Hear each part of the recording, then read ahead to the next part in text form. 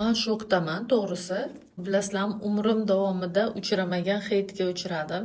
Hammaga xayrli kun. Bilasizlarmi, men oxirgi vaqt rosa ham hayron qolyapman. Negativ deyishsa, oldin tushunmasdim. Bugun sizlar bilan ozgina gaplashmoqchiman. Meni necha yillardan buyon bir xil odam kuzatadi deyarli. Auditoriyam uncha katta bo'lmagani uchun va meni asosan yaxshi taniydigan odamlar kuzatgani uchun hech qachon ortiqcha heytga uchramaganman. Bir oy oldinmi adashmasam savol qo'ydim. Rus odamni kuzataman. Aynan qaysi davlatdanligini bilmayman. O'sha odam qo'ygan mantiqiy savol menga yoqib, shuni qo'limdan kelgancha o'zbekchaga tarjima qilib qo'ydim va bilasizlarmi, umrim davomida uchramagan heyt juda ajoyib bo'lar ekan. Men deyarli hech qachon heytga uchramaganman. Odamlarni oddiy savolga mantiqiy savol va asosiysi men uni to'qimaganman. Shunchaki qo'limdan kelgancha tarjima qilganman. Google'ga ham qo'yib tarjima qilib ko'rdim. Google ko'p gaplarni noto'g'ri tarjima qilar ekan va qo'limdan kelgancha tarjima qildim. Tarjima qilganimdan keyin ham solishtirib, ruschani biladigan odamlarga to'g'ri tarjima bo'lyapti deb maslahatlashgan holda video tayyorladim va bilasizlarmi, xuddi u savolni men chiqarganday juda kuchli tanqidga uchradim. U savol o'zi bor savol. Davlat vakillari chiqarganini bilmayman, lekin ruslarda ham juda ham mashhur bu savol.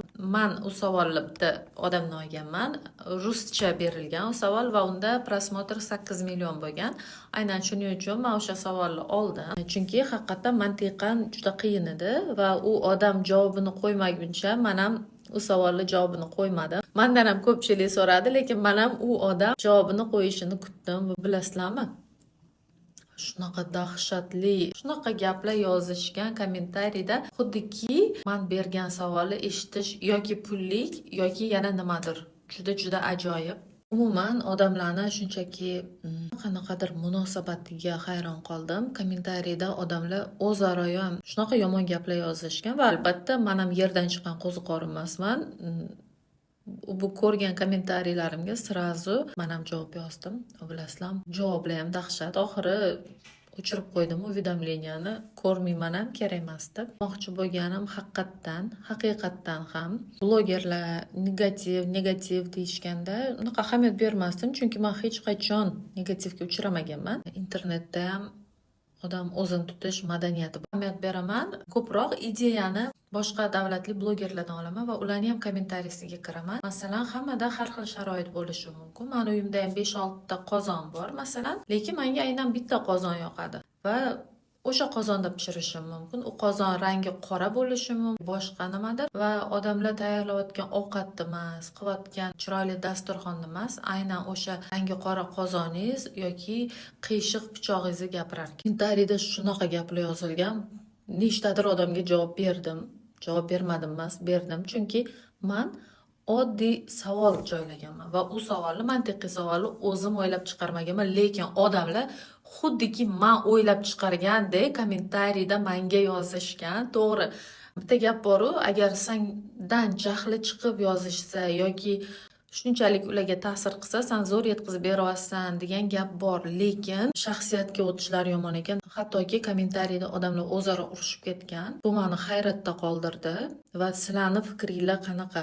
Yomon kommentariy yozganda javob qaytarish kerakmi, yo'qmi? Masalan, men bu yerda shunchaki mantiqiy savolni tarjima qilib qo'yganman xolos va gapirib yetkazib berganman, lekin qatdan uncha negativ oddiy savolga yoqmasa o'tib ket, to'g'rimi? Ba'zilar shunaqa yozganman, yoqmasa katta ko'cha deb va o'zimni fikrimni to'g'ri deb bilaman. Masalan, hech qachon ortiqcha keraksiz narsalar qo'ymayman va qo'yishni xohlamayman ham. Har bir kontentim odob doirasida olingan deb o'ylayman va meni kontentimga unaqa negativ menga juda ajoyib tuyuldi. Tushunaman, har xil tarbiya olgan insonlar bor, lekin o'sha mantiqiy savollarimni ko'radigan bo'lsanglar, menimcha hammasida normalniy qilib gapirganman.